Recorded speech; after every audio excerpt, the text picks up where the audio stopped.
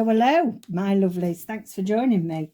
I want to do something a little bit different today. So we're using our project. We're nicely getting our ephemera and everything ready, and I'm cutting it all out. Now, do you remember? Let me hold it up like that. Do you remember that I backed the long tags with the edition numbers on? With different papers at the back, different colours. These are just my own collage. Now, don't throw all them strips away. And I know there's loads of people showing you, different bits and bobs you can do with the strips to make sure you use every scrap of paper. But this is what I like to do. I like to take it another level and turn it into paper.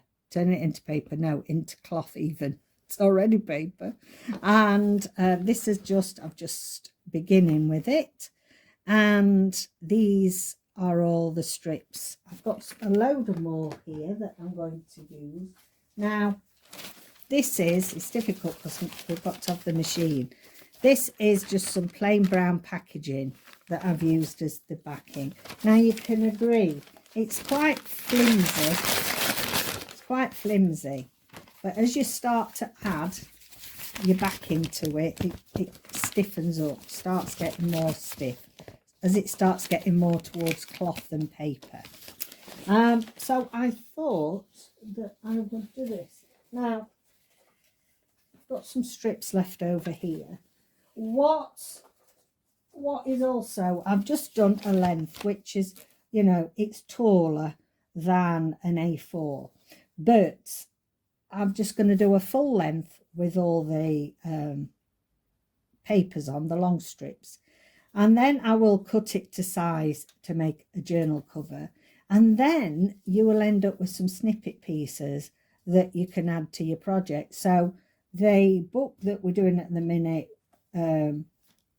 using the floral numbers, etc. for Tracy, you will see that some of the ephemera, you can write on the back, it's got this coloured paper on. So it ties it in nicely. If you're using a mix and match of all your papers to use them up, you need ways of tying those together to make it look a cohesive whole. And generally speaking, you can do that with the colours. So make sure you get a good blending of the colours, even if you're using different kits. But also, you can make little elements using some of the scraps from the kits as well. Okay then, so I've laid a strip on here. I've got them all, they're all different sizes, it doesn't matter, that's the beauty of it. This isn't finished by any means, it's still paper, but it's just to show you the beginnings of it all. The main thing to start with is just to get your strips down.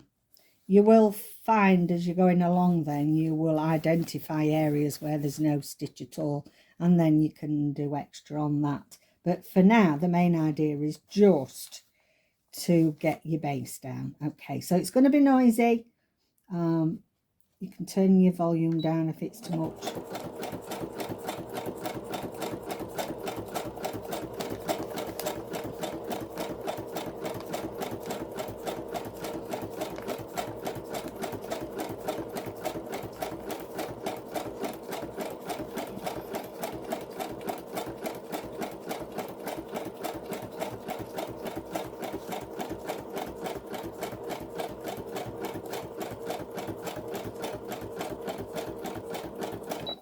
Okay, I'm going to stop there, and I just want a little piece for the end. So even scraps as small as this, mainly I like to get the width the same. It's just a bit easier if you can. So just add it in like that and carry on sewing over it. Okay, now as you're turning it round, you can. Becomes a lot more flexible and doesn't tear. I just move it along, take my needle out, move it along. You can cut those threads off later. Okay, and on we go.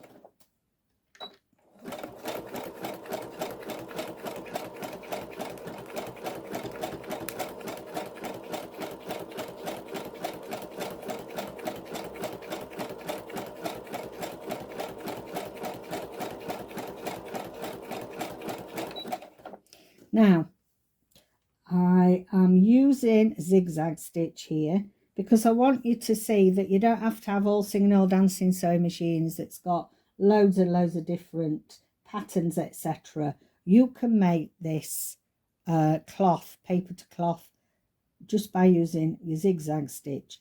What you can do with it though, which makes it more interesting, is most machines you can alter the length of the stitch and the width of the stitch, and by doing that it will give you, this is on number 2 at zigzag stitch, so the length is number 2, the width is 3.5.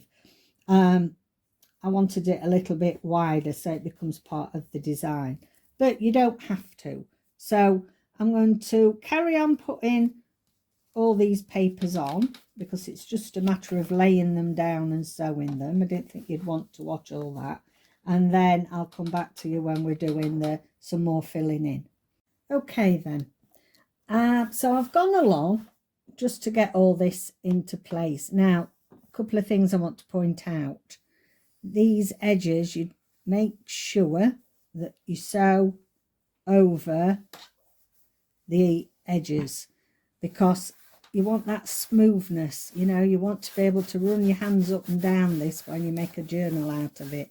You don't want these side bits sticking up, and also it's very raggedy round the edge, but that's fine. What you do is you level it out and then you go all round it all to seal it. I'm not going to do that until I measure it with an A4 for me here, A4 piece. So actually I could quickly show you that now, because I have, right, okay. Say for example, this is the kit we're using, Tracy, and say I want this to be, I'm going to use this as the outside cover, and I want to back it with this piece. So in actual fact we've got plenty then left over to use as tag toppers and what have you. So generally speaking, what I would do there is you don't have to go bang to the end because, as I say, it's a bit, we've got plenty. I'm just going to pin that corner and try and get it as square as I can. There, okay, and then I will pin it here and some little pins down, little. I don't think that's going to reach. Yes, it will. Okay, so no, it's not. What I'm going to do is I'm going to sew this on next. I'll not do it while you're watching, but this, just so you can see an idea, I'm going to zigzag, small zigzag, all the way around there. So then we've just got the scrappy ends that we can use. Okay, sorry, I'm trying to get it in way for you. So that's what I'm going to do. Sometimes I put a layer of cloth on the back, but because I'm wanting it for this particular, I shall be making another journal with this kit, and we use this as the cover. Okay, so I'll just come back when I've done that. Okay, so there we go. That's all finished. I've gone round twice so that it's nice and sealed. This is the paper from the kit we're using, and you can have it either way. So really, you know, you can have that as your cover, or you can just have that as your internal. You need to obviously score it in the right place, but I just love them. I think it's something a bit different. Okay, so there we go. That's just one quick and easy way to use up your scraps and make yourself some fabric. I mean, if you want it truly fabric, you put some fabric on the back and it's really very flexible, but for this instance I've put a piece out the kit on. Okay, so thank you for joining me. Any questions, anything you'd like to ask about sewing or how to get things to do with your sewing machine or whatever, then put in the comments down below. Please give a like and subscribe. It helps YouTube push my channel out to more people. Thank you for joining me today. Bye for now. Whoop.